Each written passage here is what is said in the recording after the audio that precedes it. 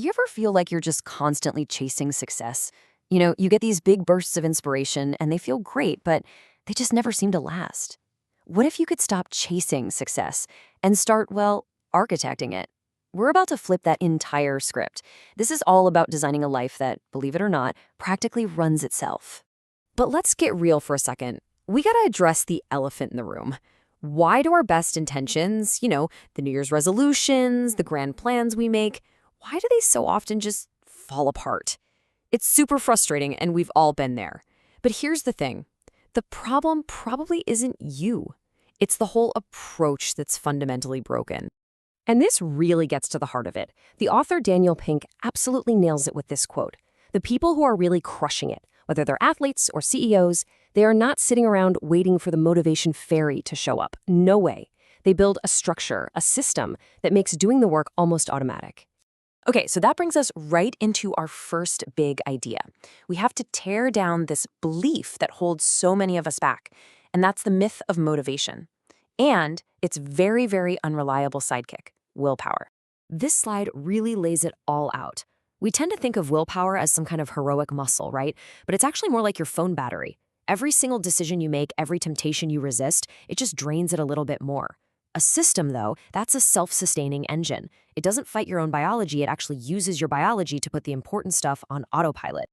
And there's actually a scientific name for this: ego depletion.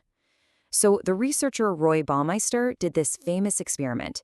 He put a plate of fresh-baked cookies in a room with two groups. He told one group they had to resist the cookies. You know what happened?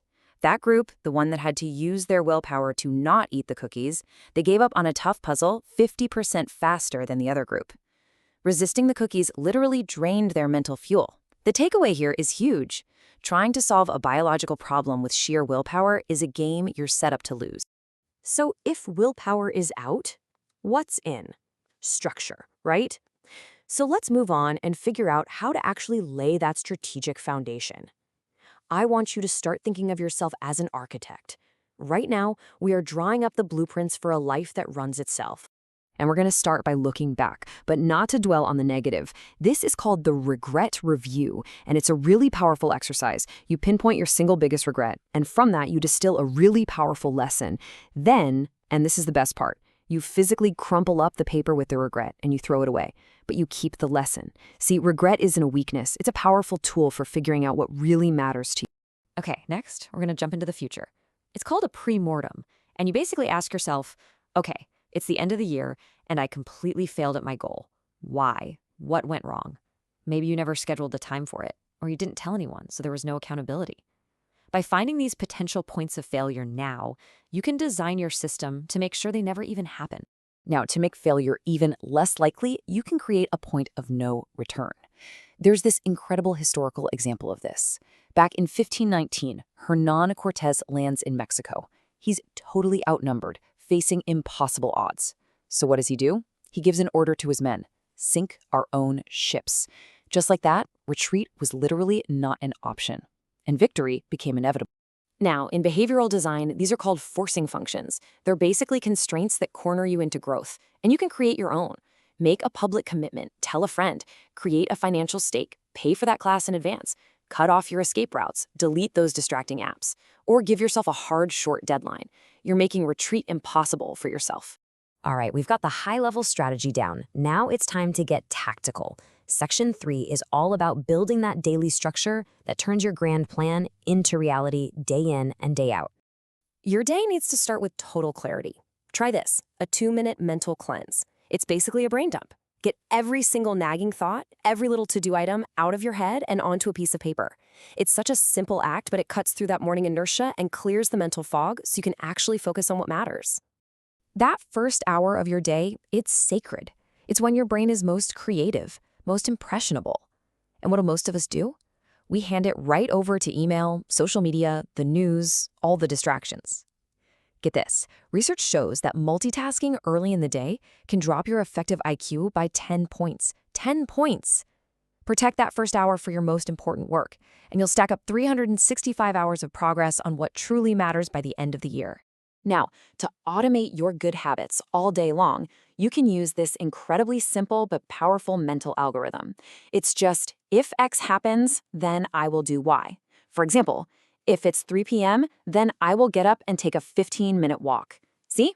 It completely removes the debate, the emotion, all that decision fatigue. You're not deciding anymore. You're just running the code. And the results from this are, well, they're stunning. An NYU study found that people who just set these vague goals failed 62% of the time. But the group using these simple if-then plans, their failure rate was just 9%. That is a massive difference. This isn't about being more motivated. It's about programming your own success. And finally, for those really complex tasks, you need to outsource your brain power. The surgeon Atul Gawande discovered that even world-class surgeons were making simple, preventable mistakes when they were under pressure. The solution? A basic 19-step checklist. The result was staggering. Post-surgical deaths dropped by 47%. Checklists are not for beginners, they are for experts who need to perform at a high level when the stakes are high. Okay, but of course, even the best laid plans are going to face some friction. Life happens, right? And that brings us to section 4. The psychological tools you need to master those moments of discomfort, of doubt, that can derail even the best system. So, researchers in machine learning found something really fascinating. AI systems learn fastest not when they're getting everything right 100% of the time, but when they're succeeding about 85% of the time. That is the optimal growth zone. It's where you're being stretched, but not so much that you snap. The lesson for us? If what you're getting feels super easy all the time, you're probably not growing. But if it feels just a little bit hard, you're in the perfect spot. So here is the crucial mental shift. That feeling of awkwardness, of frustration when you're learning something new, that is not a stop sign. It is the emotional signature of learning. It is the exact feeling of your brain forging new connections. You have to train yourself to see that discomfort not as a sign of failure, but as a mile marker on the road to getting better. And this idea is the perfect antidote to the paralysis of perfectionism. LinkedIn founder Reid Hoffman's famous quote reminds us that if you wait for something to be perfect, you will be waiting forever. The real key is to get something, anything, out into the world, and then you can improve it. This brings us to what's called the ship messy protocol.